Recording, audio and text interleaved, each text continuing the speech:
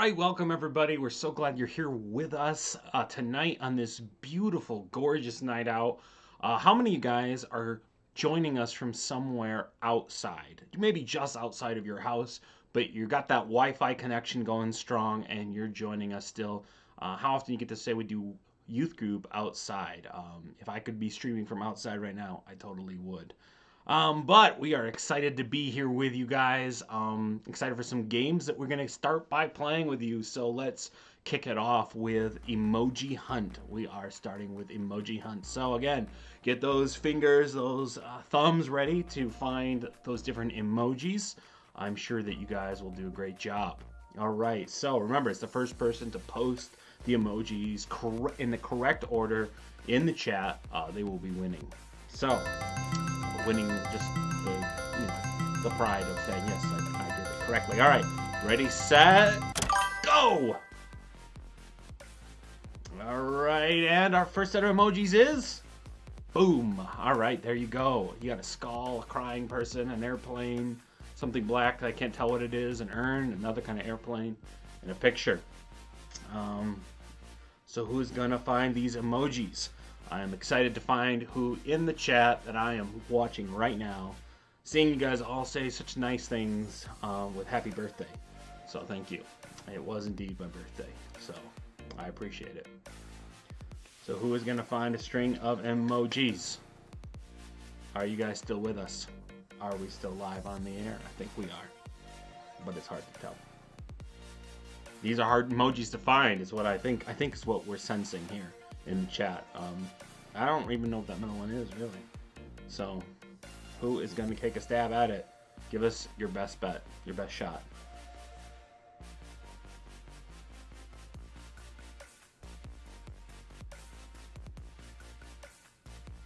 All right, seeing some people throwing some emojis. Nowhere yet. Boom! Sarah crushed it. All right, next set. Let's do it. All right. And here we've got telephone, really sad person, taxi cab, a guy making a weird face, a cupcake, a green apple, and the okay sign.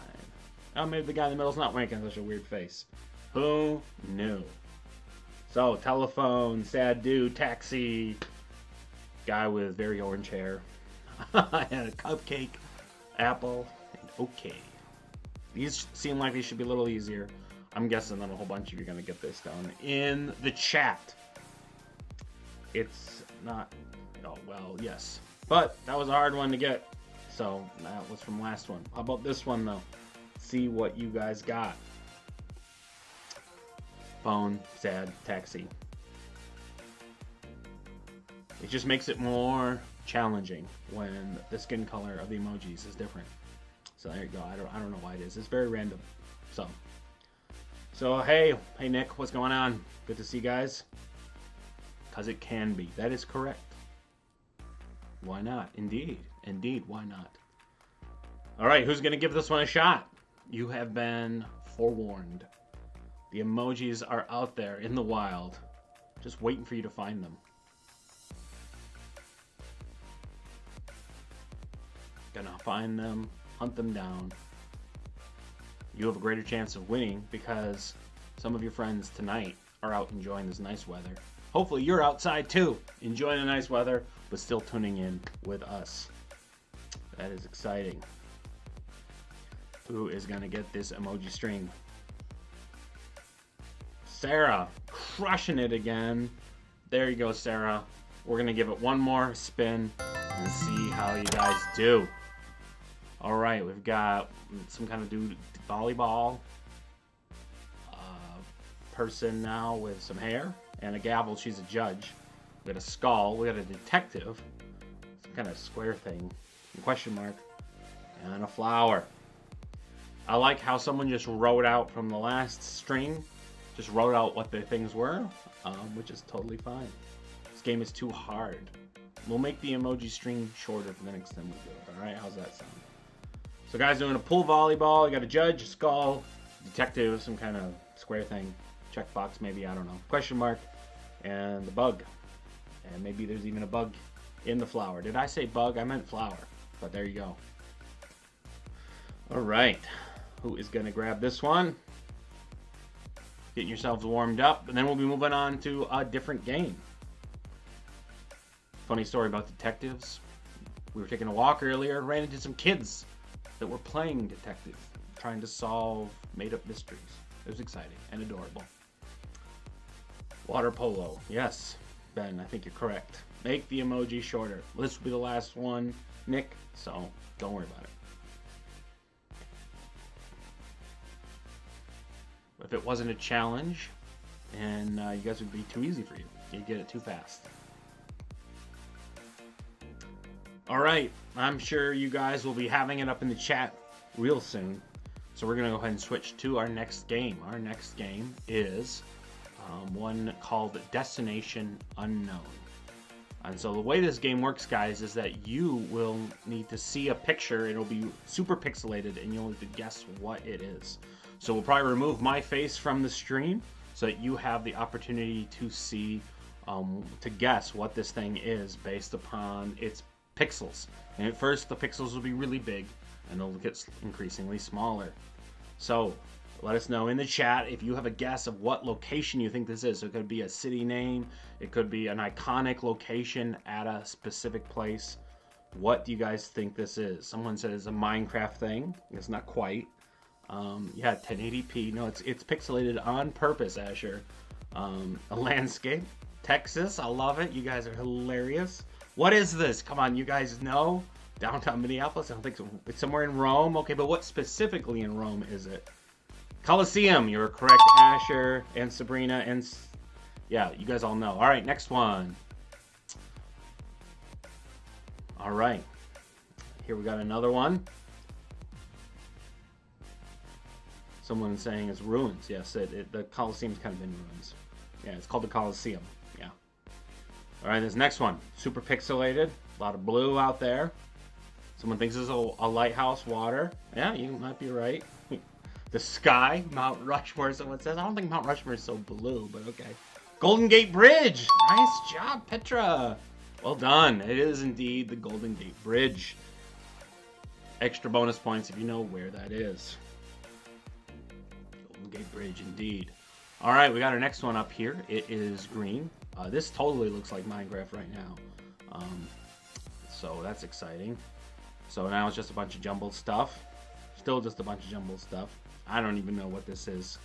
Oh, it's starting to come into view. Jumbled Minecraft stuff. What do you guys think this is? It's coming in the Great Wall. Great Wall of China. That is correct, Annika. Well done. Great Wall of China. That is absolutely correct. All right, what do you think this next one is? Bunch of big blue blocks with something brown. I don't know. Is that like a pyramid or something? I don't even know what it is. It's brown, but it looks everything looks like it starts off in Minecraft, right? Looks like it started off and someone is shaping something very generic, and we don't even know what it is. Pyramids. You guys are guessing pyramids. You know, and I said pyramids initially too, not knowing what they are, and they're looking more and more like pyramids, which is good. You guys, we're all smart together. We're all smart together. We got this. Indeed, pyramids in Egypt. Very good. All right, next one. Look how smart you guys. We're all trapped inside, and we're learning about other places far away. Isn't that exciting? All right, this next one is a lot of. So it's got like a blue sky, maybe some green. And then it's just some weird shapes and stuff. They're coming into view, I think. Not sure what it is. Something white. Mount Everest, cherry in the spoon. White House! That is correct, Sabrina. White House. Alright, very good. And let's do one more in here. And then we got a game I think you're going to really love. So let's check it out. Alright, so we got some more pixelated elements. Some pink in there.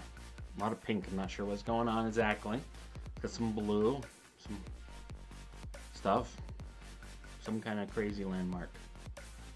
It is looking crazy, but still looking less like I feel like I've seen this before. Someone says the Mona Lisa. Somewhere in India. Taj Mahal. I think that might be correct. Taj Mahal. That is correct. Well done, Casey.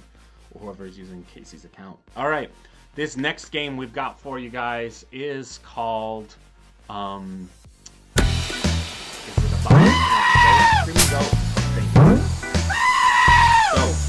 So, what this is gonna be is you're gonna have to guess whether the video is gonna have a screaming goat or a fainting goat, and there's gonna be a countdown for you guys to guess as to which one it is. It's just hilarious. It's Isaac. Well done. Okay, great. Ready, set, let's hit the first one.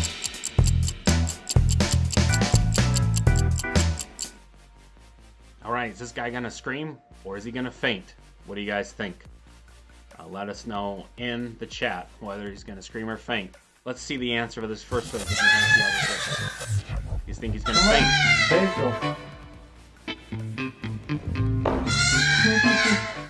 And he screamed. Crazy. All right, let's see another one. Throw us your guesses. Do you think he's gonna faint or is he gonna scream? Let us know what you think in the chat. All right, let's see what happens. Does he scream? Does he faint? I just want to know. Screaming goat.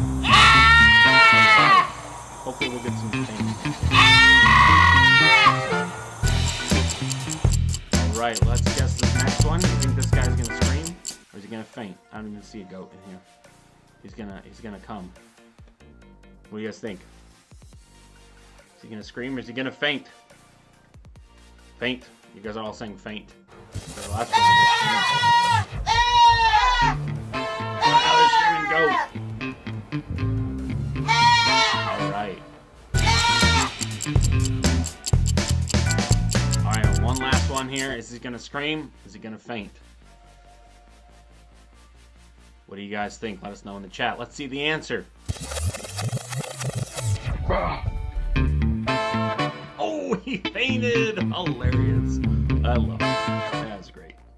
All right. It's been fun playing some games with you. We're going to switch over to having our announcements now. So I want to talk to you guys about things coming up. As you guys know, every week we do a Velocity Online Live. However, next week we got something special. Our next slide will explain what that is. We are going to be doing a virtual small group night. So what that means is that I'll probably throw something up on YouTube live right at 7, just reminding everyone that we are going straight to small groups. So we encourage you to do something fun. Maybe you all provide your own ice cream, or you do something fun. You just have an extended time of connecting relationally with each other. Be goofy, have fun. I'm going to be providing our leaders with some game ideas that you can just connect with in your small group. You guys know that we are small group centric here at Velocity. We love small groups. We think small groups are the most important thing that you do. So next week, we're going to make the whole night be about small groups. So I'm looking forward to it. Excited to see what you guys come up with that you want to do during that small group virtual time. All right. As you may know, on Thursdays, we do a virtual game time. We usually have about 12 people show up. You are more than invited to show up, come and hang out, do some games with us. It's a lot of fun. We can do some games there that we can't really do here on YouTube because we use Zoom, and so it's just going to be a good time. So be sure to join us if that sounds interesting and fun to you. All right, and last but not least, we have coming up in May our virtual graduation celebration. So those seniors, those 12th graders, you guys love them, you know them. We want to honor them, and even though we can't get together in person, we're going to do something virtual, and hopefully we can do something in person later on in the summer. But we're really excited for what we've got in the works for this, so be sure to mark your calendars and make it a priority to tune in and be a part of us that night. All right, later on tonight, we're going to be on Zoom with your small groups, so take a moment now, text your small group leader, be in the group chat, make sure you know where small group's going to be and what the password is going to be. So be sure to reach out to them. You can always, of course, message me a little bit later and find out where your group's going to be. I'll try to help you connect and get connected that way. So super excited. Small groups are always a fun time. All right, let's take a moment and pray. Dear God, we're just so grateful to you tonight for all the wonderful things you provided. The beautiful weather outside. You provide this technology for us to be able to connect with one another. I just thank you so much for how you are providing, that you've provided for all of our needs. I thank you for friends, whether they be near or far, that we can connect with. I thank you for our small group leaders who make an effort of still tuning in after long days to be with us. I thank you for the opportunity we have to live in this country and be safe. And I just pray for all those who are on the front lines. We just thank you so much for them and for what they're doing and for how hard they're working. I just pray for you, keep us all safe and healthy.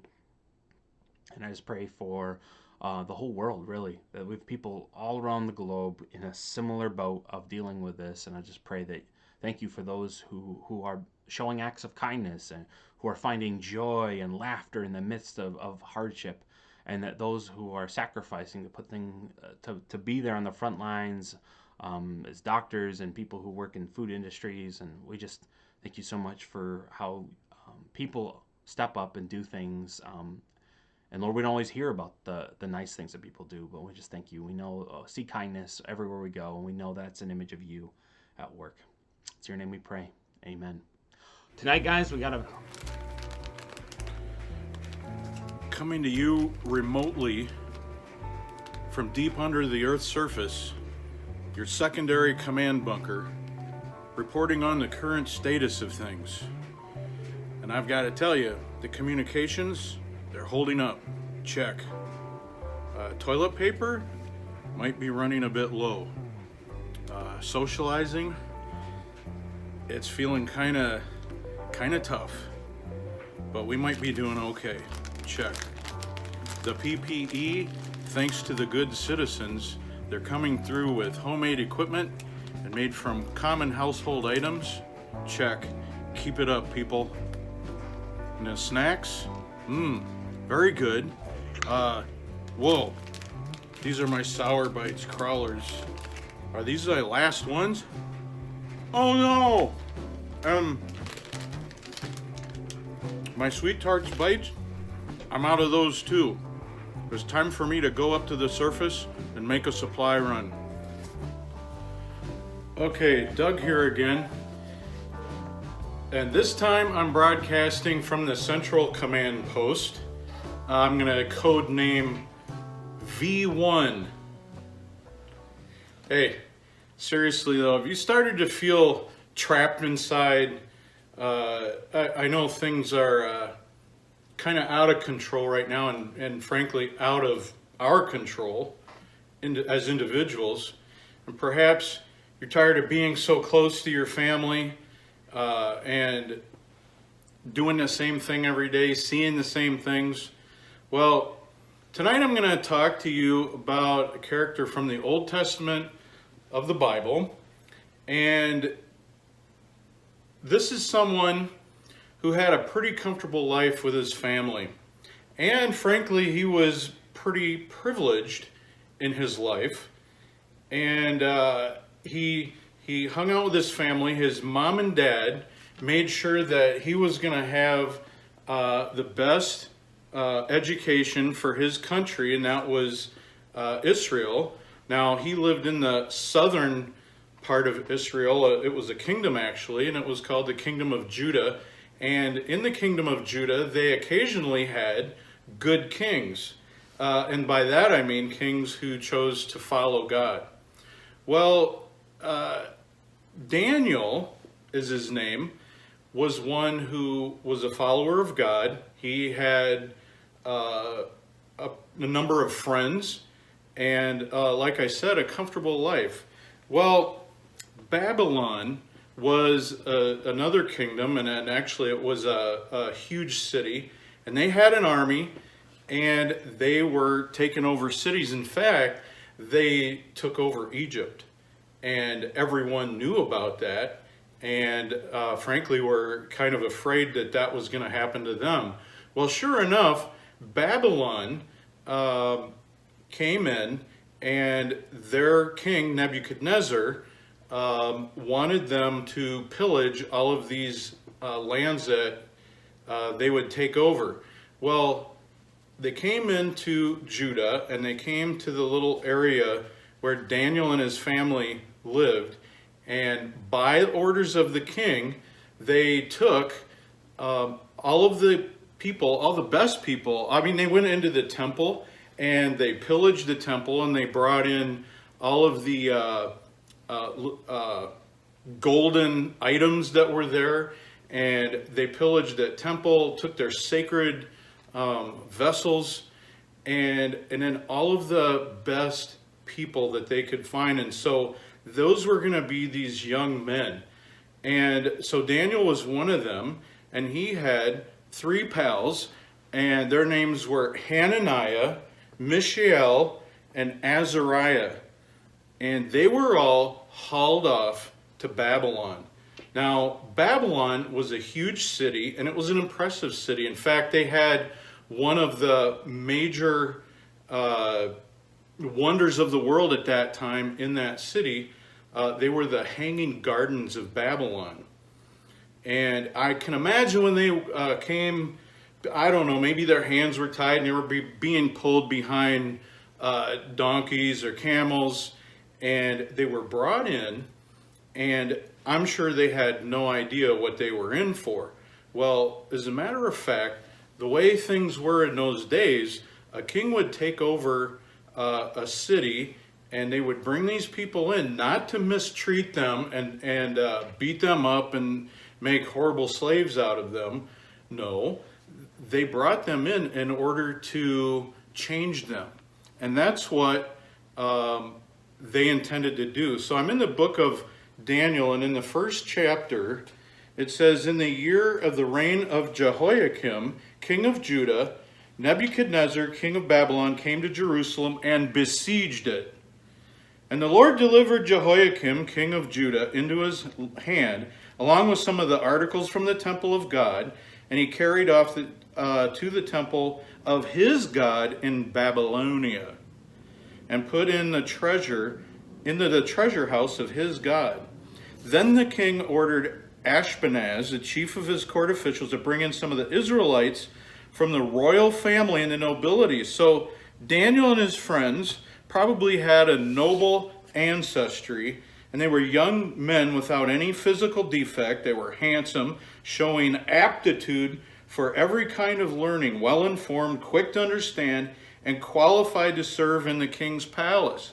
But listen, this was the middle of their life, the middle of their education, and they're dragged away. What would happen to them? Well, he was to teach them the language and the literature of the Babylonians, and the king assigned them the daily amount of food and wine from the king's table, and they were to be trained for 3 years. So right in the middle of their high school education, if it was our time, they were kind of taken to a really good, what would be a 3-year college, if you want to understand it that way. And after that, they were entered the king's service. So among them from Judah, Daniel, Hananiah, Mishael, and Azariah. Now, here's what they do. When you're going to change somebody and make them become, let's say, good little Babylonian guys, first thing they're gonna do is change their name.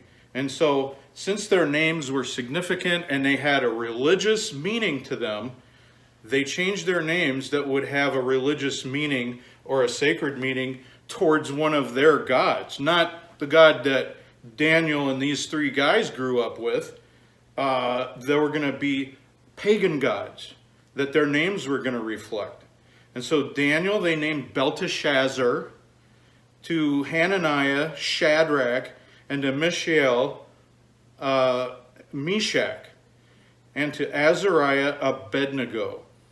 Now, at this point, Daniel resolved not to defile himself. Now, they're saying, and I think Daniel came on to the fact they're going to try to change us. They're going to try to change everything about us and who we are. And so I'm going to have to decide where I'm going to draw my lines so that I know that I won't cross that and disappoint God. So first of all, he said, I'm not going to defile myself with the royal food and wine, that he asked the chief official for permission not to defile himself in this way. Now, the chief official, he was not akin to going against the king. That could be deadly. So now God had caused the official to show favor and sympathy to Daniel, but the official told Daniel, I am afraid of my lord the king, who has assigned your food and drink. Why should he see you looking worse than all the other men your age? So the king would have my head because of you. Well, Daniel then said to them, and this is where Daniel is very wise and even diplomatic. Daniel was not going to misbehave, throw a fit. He chose how he was going to handle this and deal with it. So Daniel said to the guard, whom the chief official had appointed over Daniel and his friends, please test your servants for 10 days. 10 days! Give us nothing but vegetables to eat and water to drink.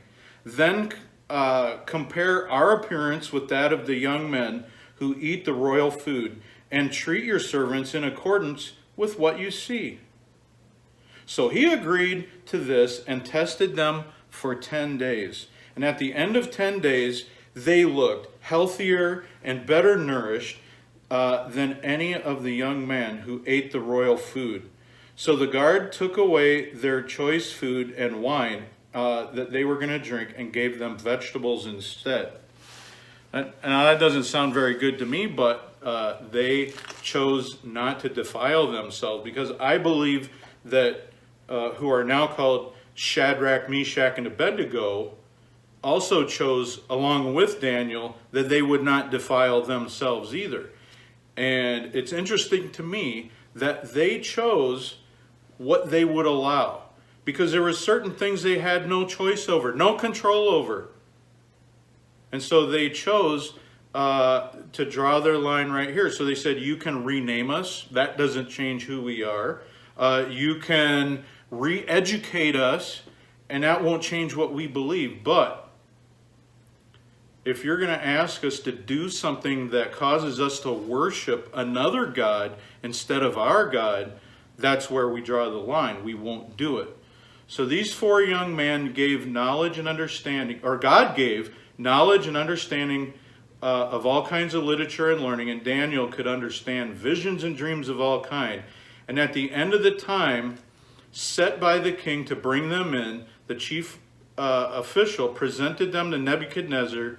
The king talked with them, and he found none equal to Daniel, Hananiah, Mishael, and Azariah. So they entered the king's service, and in every matter of wisdom and understanding about which the king questioned them, he found them 10 times better than all the magicians and enchanters in his entire kingdom.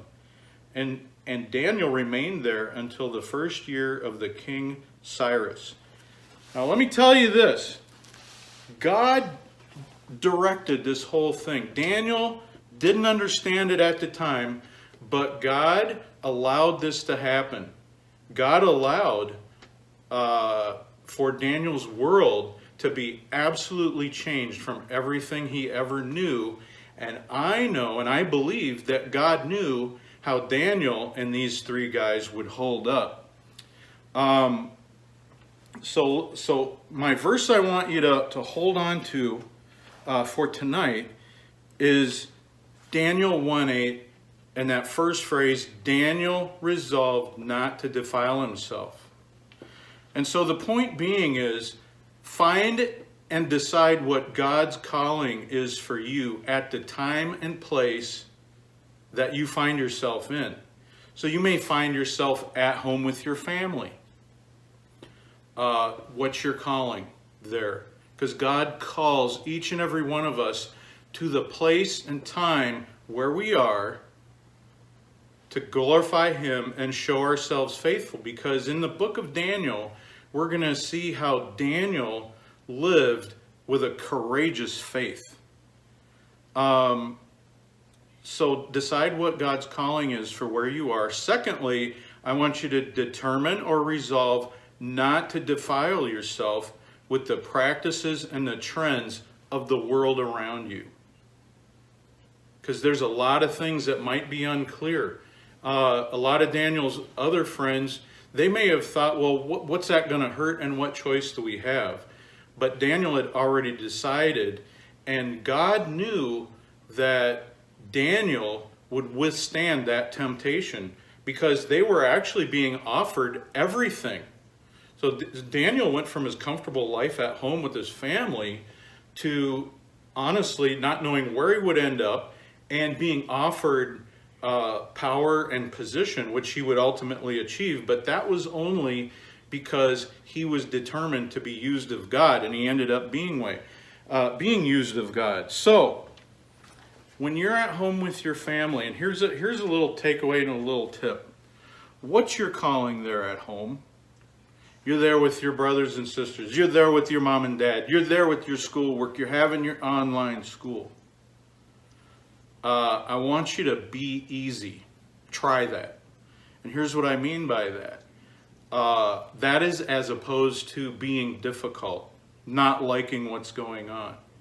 But you know what? You can do your part in your home with your family by being compliant, being wise, being helpful, doing things that will make it better and easier for all of the people around you. And then when you're away and apart from your family and your church and your biblical teaching, if that were ever to happen, then you can decide when to be difficult with a purpose, because you're going to take a stand and not defile yourself. Okay, so decide in your heart what God's purpose for you that He has in His mind. We call that finding God's will for your life. Well, God's will is something to be found right here, right now, exactly where you are. So I trust that you will take those things to heart, and that you will know that according to how God has lined things up for you, you have a part to play in that story.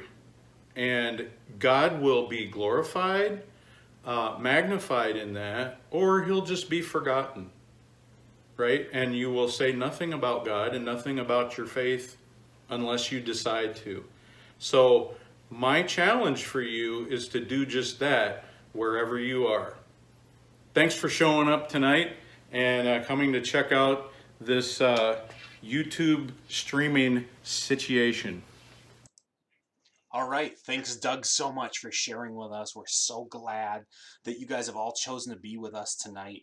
Um, be sure to take a chance and check in with your small group leader to find out what Zoom they're at. This is just a great chance. We're in a season where it's better than ever to be connected with your small group leader so that you know virtually where to get a hold of them. So just be sure to come up with creative ways to be connected with them. Such a great chance to be connected together with all this great technology.